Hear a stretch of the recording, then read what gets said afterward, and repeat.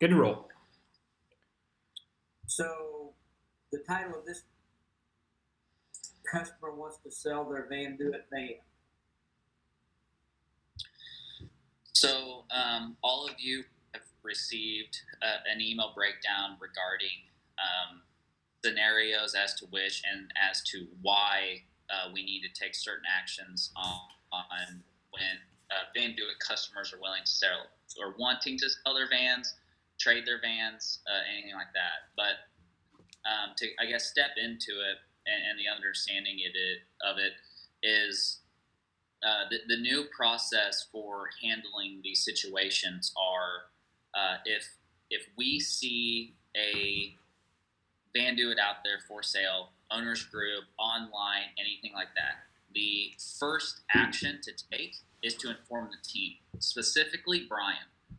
Brian is the buyer for Vandoit vans that are either being traded in or customers just wanting to sell their vans and we are looking to buy them. He is the first person of contact. If it is your customer who is selling that van, it still is Brian to make sure Brian understands what's happening so Brian can start gathering facts and reach out to the customer. But it's also important for the salesperson to be made aware if it's not their customer selling their van. The salesperson needs to be made aware as well as part of that group message to know what's happening with their customer. And so to divide it up a little bit, let's go back to how we used to handle this situation. When we used to handle these problems, now I don't call them problems, but people are wanting to sell their Vandoit. We don't know all the reasons as to why. We used to be very hesitant on who is the first person to reach out from our company because we were very concerned at what could come up. But in time, as understanding information, understanding how powerful communication is from just a mere point of understanding, we know things from our side. The customer only knows what they know. And so what we used to be scared of is if Brian was reaching out ahead of a salesperson, Brian might get faced with a lot of things that maybe it's us that are the reason why they want to sell it. It maybe there's issues with the van that we didn't resolve and we didn't know. Maybe there's things going on in customer support that we want to find out before we ever reach out. But in doing this a lot and learning from customers, learning from salespeople, just listening to everybody, the one thing that solves all problems is communication. That doesn't mean that issues don't come up. That doesn't mean that we don't realize bigger problems. But we only get to those scenarios and we only get to those things if we communicate. And so the worry of Brian learning these things from his initial call are no longer a worry or a concern. So really what we need to make sure that we're doing is Brian has a job to do. Brian has a job to buy vans. He has a job to trade vans if necessary. That is his job. Him being proactive and reaching out to the customer maybe first has nothing to do with the rapport and the relationship of Vandoit and the customer. He plays a part in that with how he presents himself, but the rapport, the relationship, all those things come in turn with the salesperson. You know, if Brian finds out when he calls that person and he takes in the knowledge and the understanding that, hey, there's something else going on here, it is important that the salesperson does reach out in the scenario that the customer did not reach out to the salesperson first. We have it sometimes where the customers reach out to the salespeople, say, hey, I'm looking at options to sell my vehicle. I want to give you guys the option. The salesperson's already been in touch at that point. So salesperson's instant response is to, hey, I'd love to talk to you more about just understanding why and what's going on. Maybe we can help take care of you. We love you as an owner, blah, blah, blah, blah, blah, depending on how that rapport is. That is if we want them to continue being a Vandoit owner. That is if the relationship's working out and, it's a gut punch whenever they say they're selling their van, like we've had one recently. So there's the rapport side, the customer side with the salesperson. understanding, hey, what's going on. Sometimes that conversations with Shayna because Shayna was the last person to talk with them in heavy detail. So maybe Shayna's having kind of that rapport with them, which has happened as well. But the hesitation of Brian reaching out has nothing to do with the rapport in the relationship. It has to do with Brian has a job to do certain things, and there's no hesitation on his part. If all reality, when he reaches out, he's actually helping us understand as to why. So the salesperson has more knowledge. So if a customer just posted their van on Craigslist, and let's say Josh found the van, but it's Alan's customer, Josh's initial responsibility is to get that van into Brian's hands immediately. Make Brian aware through email, including myself, Ted, and Brent, all on it, as well as who the customer is, the salesperson is for that customer. So if it's Alan's customer, let's say, but Josh finds it, Josh's initial response is not to reach out to me or Ted or Brent or Alan for that case. It's Brian. Reach out to Brian, send the post, make him aware, hey, this van got posted online. I'm seeing it now. Here it is. Team, it's all I know. And salesperson, it looks like it's your customer. That's so Brian can initially start digging, start figuring out. Look at it from this perspective too, to combat how we used to handle things. If a customer has posted their van, let's say on Craigslist, without ever making us aware, that means that they're not willing to really talk to us in the sense of building rapport as to why they're willing to sell it. So why should we give them that level of communication before Brian reaches out? If they're just wanting to sell it, well, we're just wanting to buy it then. If they're wanting to reach out and communicate with us the best way possible, then the salesperson is in communication already. So in the scenario of a customer posting their unit on Craigslist or anything like that, it doesn't mean the salesperson never reaches out. It means maybe let's see how Brian's call goes first. And let's see if they allude everything to Brian. Maybe it's just, hey, I just want to see what I can sell it for. I'm just not really using it anymore. Maybe it's as simple as that, and maybe the salesperson doesn't reach out till Brian has negotiated numbers. Maybe when Brian reaches out, maybe it says, hey, look, I've tried to talk with you guys numerous times about ambassador programs. I've tried to, I bought the van because I thought I'd go to trade shows, but now you guys aren't sending me to trade shows. Hey, I have an issue at the top of my van. You guys won't support me in any fashion. And I can't afford to keep this vehicle. Which these are all scenarios we've heard. And so Brian can start his process of purchasing that van. We are already down the road of purchasing that van or trading it before it ever gets to a point of them possibly having leads online. Maybe we're able to beat them to the punch a little bit. But once we build some of that knowledge as to why, if it is a customer support issue, maybe before the salesperson does reach out, maybe we do communicate with customer support, say, hey guys, what are the tickets for this guy? Because I'm trying to figure out what's going on. And I will personally say from my perspective, whenever I see a van get posted, my first thing is I go to Zoho Desk, which is where we have our support ticket system, and I read through all of our open tickets or tickets in the past with the customer to find out if that has anything to do with it. And I try to search my email. I search my email to see if there's any dialogue that I've missed. I start just doing homework, finding out what's going on, what have we communicated, finding out trying to ask every question I can and get answers to figure out where we go.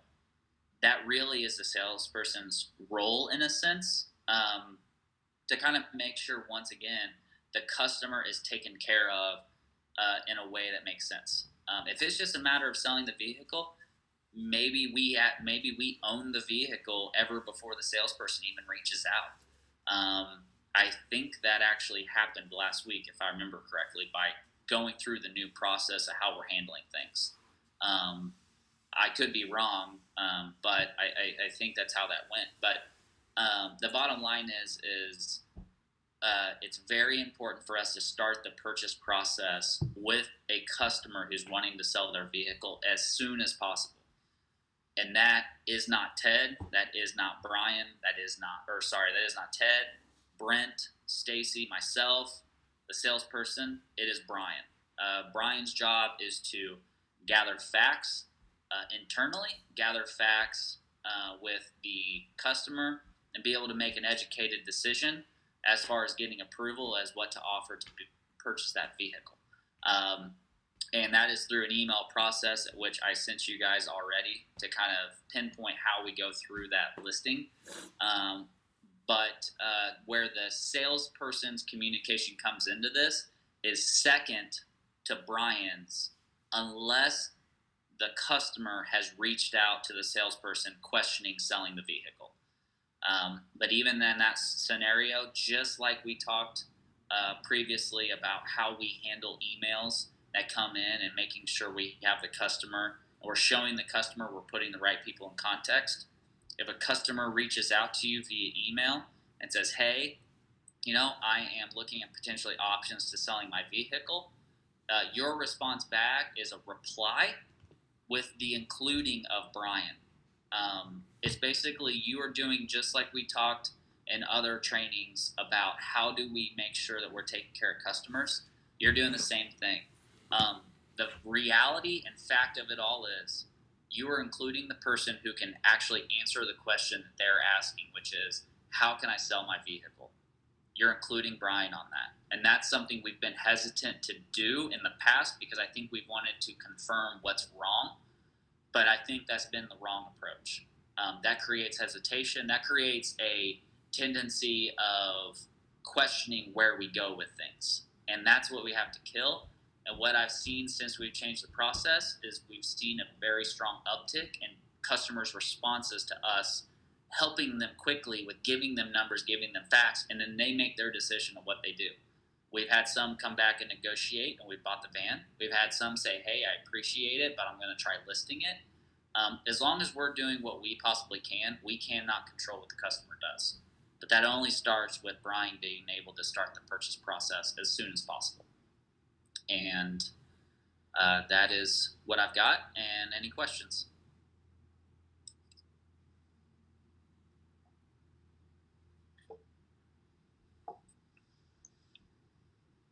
Questions? Teddy, you're on mute, buddy. Jared, thank you very much. No questions? Is there a point where we as a salesperson are supposed to connect with that person, barring they reach out to us first? I mean, would Brian be the one to let us know that? Or is the point of us being copied on there just so that we're in the know?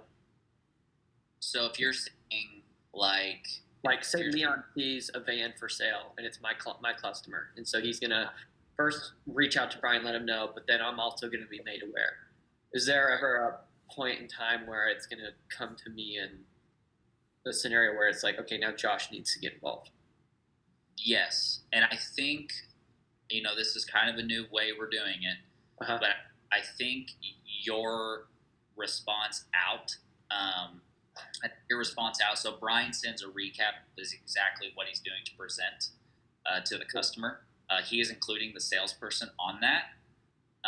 It's kind of a matter of Josh. It kind of depends on how Brian's initial conversation goes. It kind of on if Brian can't reach the customer.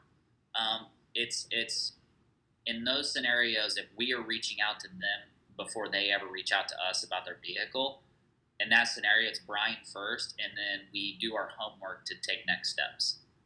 Like I mentioned, Brian has reached out before and bought a vehicle before I think maybe even the salesperson ever knew. Right. And that we're stopping that by including the salesperson in the communication of the vehicle. But in regards to if and when you reach out is all dependent on how the situations go. If Brian has it fully handled and we're really in the motion of getting it purchased, there's no need of a reach out. So the point though I'm making is Brian would be the one to let us know how that's going and like, hey, next step, you're going to need to do X, Y, and Z. That is correct. Yep. Because we would get that instruction from him. It's just all I wanted to. Yeah. He basically, not so much instruction as not. He is going to be sending out the knowledge at which where we are with the deal, and hey, I think this needs to be maybe a bigger conversation because they're telling stuff that they're not willing to tell me stuff that I think we need to know, and so maybe it takes the person that has rapport with them to find out. Sure. More of a, it's probably not. I'm gonna assume it's never gonna be a, Josh, you now need to reach out because of this. It's going to be a, hey, I think I'm at a roadblock, but maybe the person with the most rapport is the guy, which may or may not be you as a salesperson. Sure. Could be, like you said, Shayna or Ian. Hey, this guy never liked me in the first place, but I love Shayna. Let's make Shayna call. That's just where we make decisions. And a lot of this, guys, is as we build the culture for 2021, we build how we handle our customers and customer support from start to finish, and the counseling side of it. The whole goal with even like what we trained on earlier about how we include the sales or the customer on emails to make sure they understand we're trying to do all we can and quick responses back to them. This is another one of those that as we correct these little hesitations, maybe the rapport does always stay with the salesperson. And so these are just little pieces to this puzzle that help us increase our communication with the customer.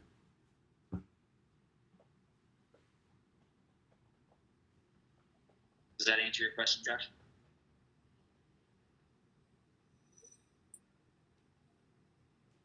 Anybody else? Stacy, Stacy, I know you and I have communicated on this. Does this all seem square to you? Yes, it does. Ted, there's a couple of things on the back end Ted and I probably need to talk about after a VDI unit has been bought. I made some notes, but okay. Yes, that sounds clear. Okay, awesome. Okay. Question. Hey, quick question. How actively are we supposed to be like looking for vans for sale? Like, is that something that we need to be doing? It is something that by all means do. It's not your job. I love it when we do find them quickly. But that is a responsibility of the person buying vehicle, handling the ownership, which would be Brian for all. So that is something that we are implementing to increase that search and that ability. Like I'll tell you, I know it's not your job to do it. I'd love it if you did it, just for the mere fact of just looking out for, I guess, us and owners and everything in the like mind. Just like anyone finding and seeing things that maybe they question on the Facebook group, that's always great. Doesn't mean someone else hasn't already seen it, but it also shows that we got numerous eyes on things. So you find them, send them, that's great, but it's not your responsibility, I guess I should say. So I'm not asking you to do it, but if you do it, I think that's awesome.